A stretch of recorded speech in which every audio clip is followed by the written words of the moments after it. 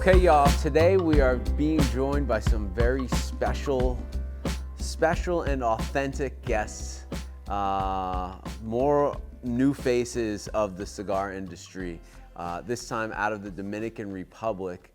I'm joined by my two friends. Consider you guys friends at this point.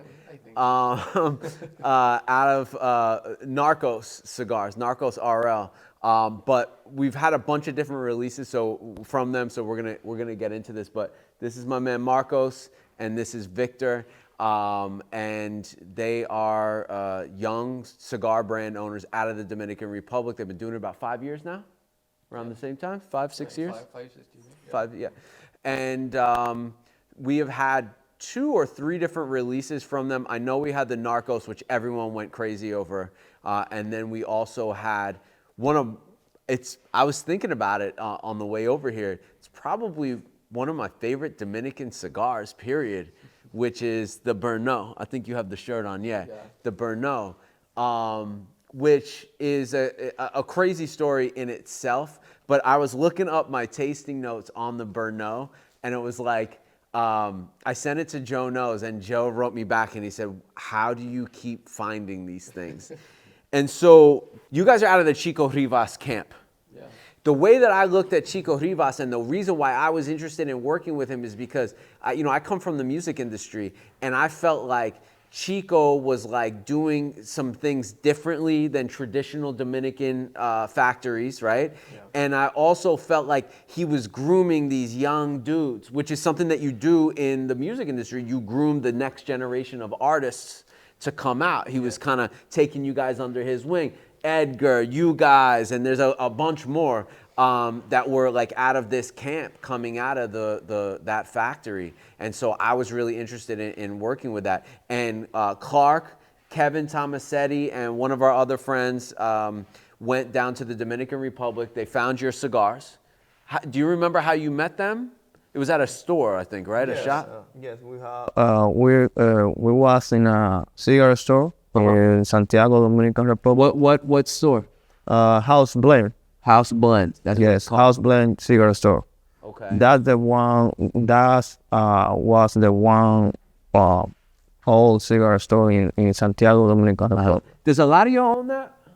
Yes. Eladio Diaz owns that. Okay, so Eladio Diaz owns this shop. I've heard a lot about it.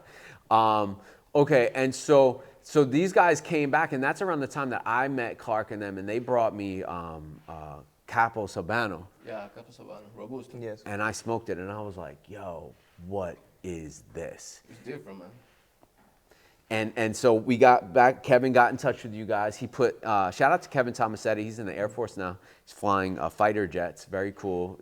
Thank you for your service, Kevin. And we got plenty of good cigars for you when you get back. So we got in touch, we did the do, and you guys actually introduced me to Chico. Yeah. Basically, that's how I got introduced to Chico. I had bought things through other people from him, but they wouldn't introduce me directly to him. So, which is common. That's just, they didn't want me to have the plug. And so we have 2,400 of these cigars left. Now, you made them for us in late 2018. And they're now 5 years aged. They were in the club. Club members had these. We all went nuts over this cigar. Mr. Branca, do you have, here we go. I got one cooler left of these. Actually, a cooler and like a quarter of a cooler. And so this isn't the original blend from what you told me, though. Yeah. I don't remember that part. I don't remember that part at all. Because I usually, like, when I find something I like, I don't usually give a ton of feedback. But tell me about the Dominican Republic, making cigars there, and why you guys wanted to, or what you were trying to do with your brand out of DR. Because at that time, Nicaragua was really coming up. They put out statistics. It was like, oh, for the first time, Dominican Republic wasn't the king of cigars. And I think Dominican Republic started to shift. There was a change in the mental space. Yeah, basically is to do a different with the traditional smoke, the old people.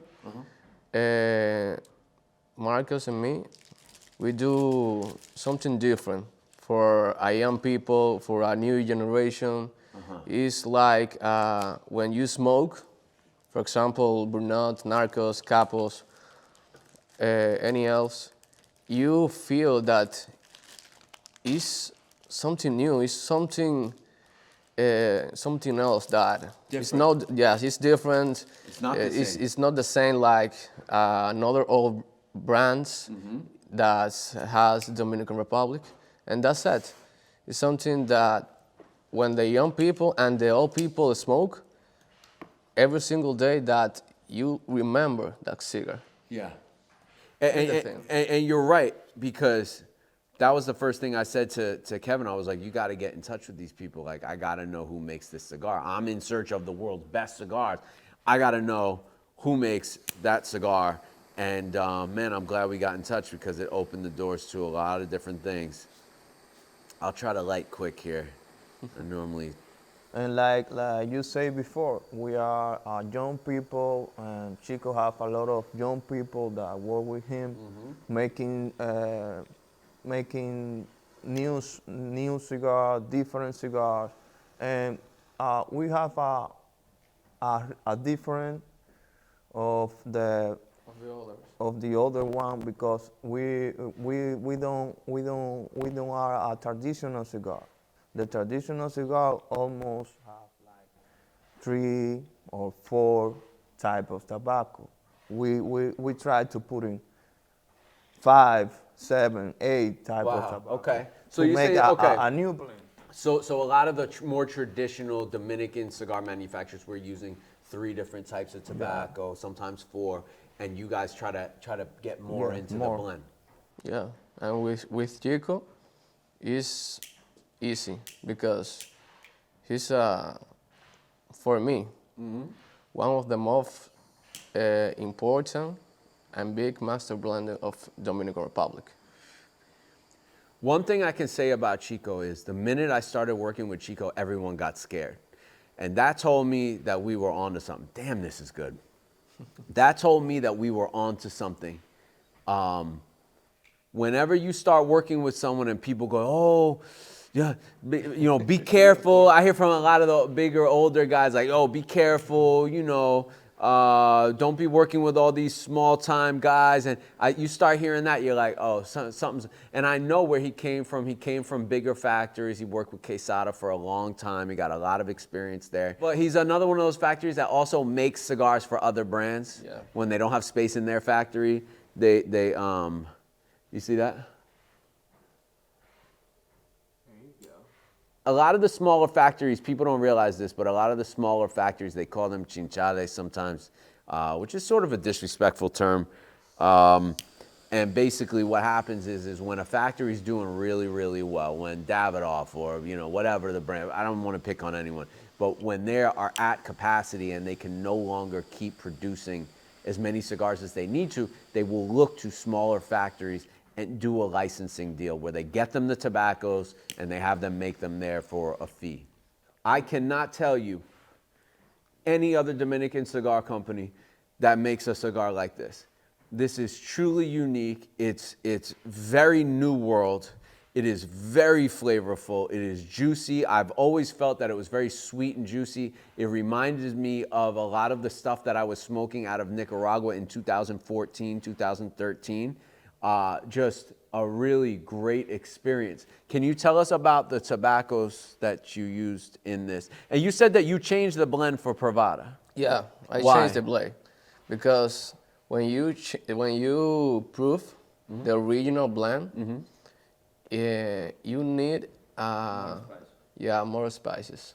So I told you, hey, I like it, but I want it more spicy. Yeah, it's the same blend, but he changed 1 quart. Okay. So a leaf, you changed the leaf. Yeah, I changed the leaf. Burnout Cigar, Robusto, has a Corojo wrapper. And filler is HBA, Criollo, and Piloto. That's the blend of Burnouts. You were telling me that a lot of the tobaccos that you use, you've been urging growers, and because the Dominican Republic wants to make a big, I feel like the country saw that number that, oh, Nicaragua is now the largest export. They say, yo, we got to change some things. Yeah. Let's do some things differently. And one of the things you told me is that you're growing tobaccos in different regions. Yeah. That's right, because Dominican Republic have the particularity that we have like 32 type of tobacco, of different tobacco. So it's not that if you have a tobacco in this region, it's not the same tobacco that you have. The in different that soil makes a different soil. different Yeah. tobacco. Same seed, but Yeah. it makes a different tobacco. You can have piloto in this region, but if not the same piloto of this. Right. So with that two region, we can make different tobacco. Yeah. Okay. So basically what they're saying is we've talked about this on the channel before, is the same seed in different regions or even different areas of a farm can change the tobacco. And so they look to use certain seeds in different places and see how it grows. And the results are phenomenal. These are some of the most flavorful Dominican cigars I've ever had. The Bernal, I love the branding on this. I've always been a fan of that character on the front. This is one of my favorite Dominican cigars. I still have 2,400 of them left. They are now aged about 5 years. And I think it's rare that you get to try a cigar that is unique. You know who made it. You know how it was aged in the coolers with Boveda the right way. And, to have something that's authentically aged, verifiably aged, and this unique is really, really rare. I would run out and get these ASAP because they will not last long. We're also having our Black Friday sale. These will be a part of that as well, and you'll be able to get a reasonable discount on these. But it is expensive to age these things. People don't realize, you're paying warehousing fees, you're buying coolers, the Boveda, the people to do all this stuff. They think that it's just Expensive. it becomes very expensive. So, respect that.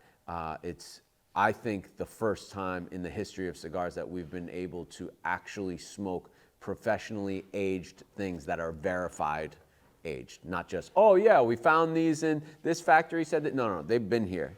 So that's pretty cool. Thank you guys for always keeping Privada Cigar Club in mind. Let me ask you a question. What do people say about Privada Cigar Club in the Dominican Republic? Like, when people talk about us, is it good, bad? Like, what do they have to say? It's good. Okay. Yeah, it's good. All the people that you say that my brands or our brands has in Privada, he tell, well, why do you do that? It's incredible, but Privada has a name in Dominican Republic. Okay.